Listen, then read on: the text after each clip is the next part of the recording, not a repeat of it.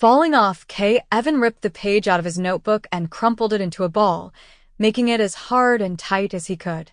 Then he threw it straight up into the air and hit it with his open palm. Wham! A perfect shot right into the wastebasket, the only good thing that had happened since he'd gotten home from school. Monday was always his worst day. The weekend was over. Kevin's parents both worked late every Monday, so the house was empty when he got home. Sometimes he liked being on his own, having the house to himself. But it was February, the bleakest part of winter, and the house felt cold, even with the heat on. Today's school had let out early something about a half-day staff workshop, which was usually a good thing. But his best friend, Jason, had a dentist appointment and a guitar lesson and couldn't hang out after school. The afternoons stretched ahead of Kevin, long and dreary. Plus, it seemed like the teachers always loaded up at some kind of giant homework depot over the weekend, unpacking tons of assignments every Monday. Kevin had already finished the math worksheet and answered the unit questions about ecosystems for science. He'd saved the worst for last. Social studies. Names and dates and places from ages ago. Boring, boringer, boringest. It was a page of social studies homework that was starting its new life in the wastebasket. Kevin took off his baseball cap, scratched an itchy spot on his forehead, and pulled the cap on again. Then he saw his little rubber bouncy ball on the shelf above the desk. He picked it up and started a game of wall ball. The plunk of the ball against the wall made a steady beat. Tunk, tunk, tunk. It wasn't thunk that he was bad at social studies. Not anywhere thunk close to failing.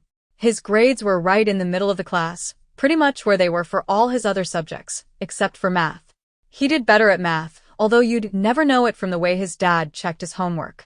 His dad was a genius geekhead number nerd whiz-brain computer programmer super good at math. He seemed to know the answer before Kevin had even finished reading the problem. Whenever his dad tried to help him with math homework, it was as if they were speaking two different languages. Still, math made sense. When you got the answer, you knew it was right. And when you were wrong, you could figure out the mistake. But social studies? Memorizing stuff that he'd never have any use for again, and having to write out answers to those awful essay questions, where right and wrong weren't clear. Well, no, not exactly you could be wrong, that was for sure. But you could also be partly right or even mostly right and still get points taken off your answer. Kevin sighed. He read the question in his social studies book again. Describe the relationship between King George III and the American colonists, and how this relationship led to the Revolutionary War. Who cares? Kevin raged silently and put a little more into his throw. Thunk. The ball bounced harder against the wall. Why doesn't stupid King George mind his own business and leave me alone? What difference did it make thunk what some old king or queen had done hundreds of years ago? Thunk thud. The room shook, as if something heavy had fallen on the floor. Kevin missed the catch, and the ball bounced crazily around the room. He turned to see what had made the noise. Twang swish thwack. What the? Now he could see what had made the thwack. An arrow hitting the wall above his desk. An arrow that had pierced his baseball cap, lifted it clean off his head, and pinned it to the wall. An arrow? Then he heard a man's voice from somewhere on the other side of the room. Show me your hands, strange one. A grim voice. Stand slowly and show me your hands. Kevin was too scared to do anything but obey. His knees were shaking as he stood up, turned toward the bed, and opened his hands in front of him. His hands were shaking, too. Stop it, he said silently. Somehow seeing them shake made him feel even more scared. He forced himself to look toward where the voice had come from. About a quarter of a face, half a forehead, and one wary eye peeped out at him from behind the bed. The owner of that eye was between Kevin and the door.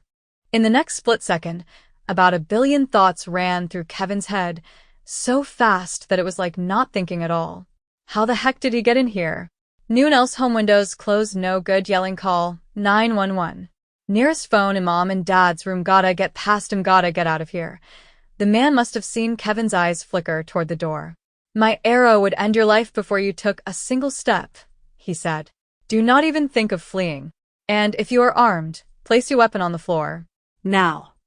The man rose from his crouch holding a boa genuine bow and arrow bow. He wasn't aiming it at anything in particular, but he was clearly ready to aim if he had to. If he aims it at me, I hope I don't pee in my pants. And not armed, Kevin squeaked. The man glared at him. If you are lying, it will be the last lie you ever tell. Not lying. Still a squeak, but a louder one. Kevin could hardly breathe. He made himself take a chestful of air. Those cop shows on television, the victims of the crimes, lots of times they helped the police catch the criminals, didn't they? By giving a good description. Okay, concentrate. Get a good look at this guy. Asian. Long black hair loose around his shoulders. White jacket, baggy white pants. In his 20s, maybe. Kevin realized that he didn't usually think about adults' ages, so he wasn't very good at guessing. Not a teenager, but not as old as Kevin's parents. A burglar. With a bow and arrows? Who was this guy? They stood in silence for what was probably only a few moments, but it felt to Kevin like a few hours. What's he going to do now? He took another breath. Now he could see a leather strap across the man's body and the feathered ends of more arrows behind the man's head. They must be in one of those holders. What was it called? A quiver. That was it. To his surprise, he heard his own voice. "WH, what do you want?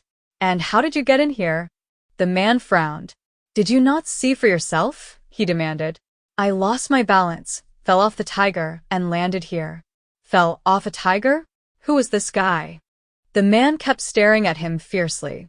Definitely at least a little crazy, Kevin thought. Better not make him mad. Kevin was still scared spitless, but somehow it felt better to talk than to stand there shaking. Sorry, Kevin said.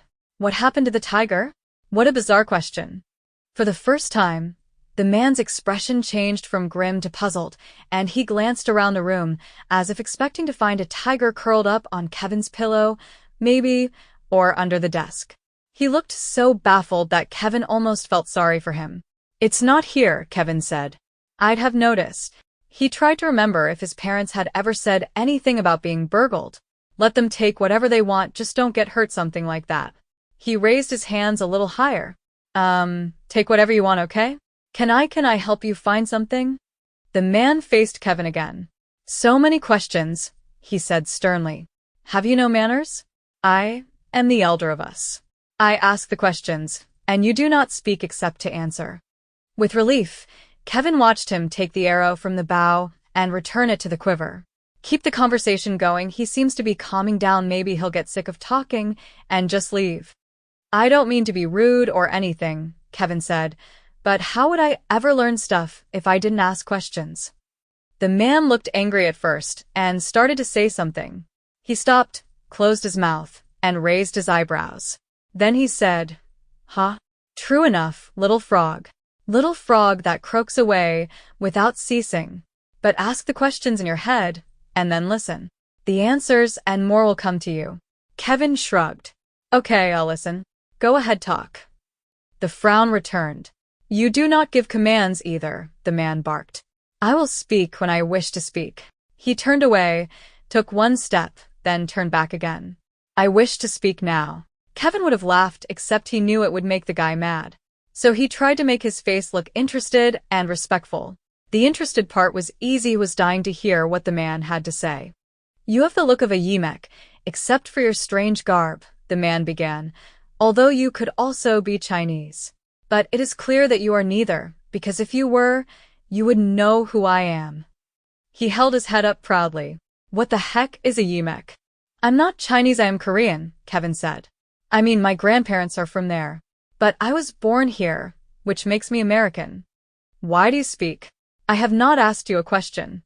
What is American?" Boy, this guy was hard to follow. And how could he not know what American meant? Definitely crazy. "It means someone from America," Kevin said. "The United States." The man shook his head. "You are Yimek or you're Chinese. One or the other. Which is it?" "Neither," Kevin said. "I'm not from China, and I'm not from Yimek land either. I mean, there are about 1 million countries in the world, okay? Maybe not 1 million, but at least hundreds. And one of them is the United States, and that's where I'm from. And that's where you are now. In New York. Dorchester, to be exact." He knew he was babbling, but it seemed to be working. The guy still hadn't loaded another arrow onto his bow. "Was that what you did with an arrow? Loaded it?" The man was frowning so hard that his eyebrows were nearly drawn together in a straight line. Slower, little frog. What is this you are saying that I am no longer in my own land? You're in New York. It's on the other side of the world from China. And my name is Kevin. He was getting tired of being called Little Frog. That seemed to be something the man could understand easily. Kachbin, he repeated with a nod. He pronounced it like 2 words. I am Ko Chumong, skillful archer. Then he looked at Kevin as if expecting something. Kevin remembered 2 things almost right away.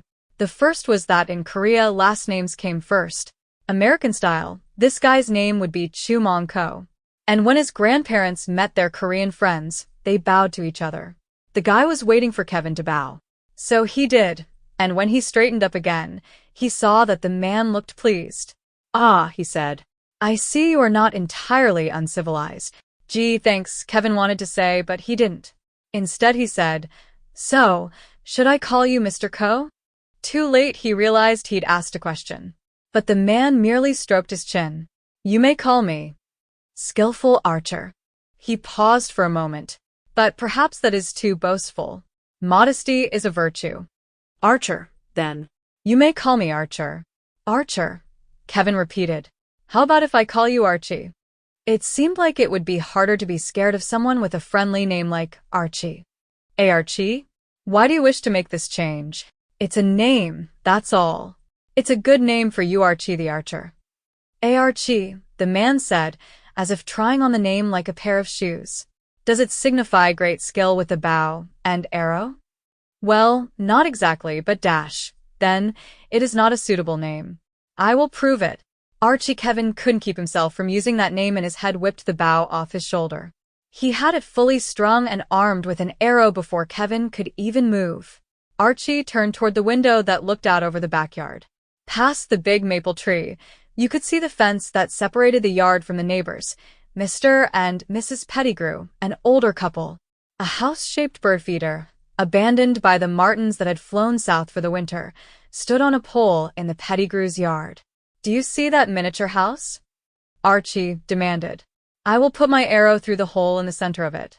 Kevin only had time to think that Mrs. Pettigrew probably wouldn't like that very much when there was a terrible crashing sound and broken glass was flying everywhere.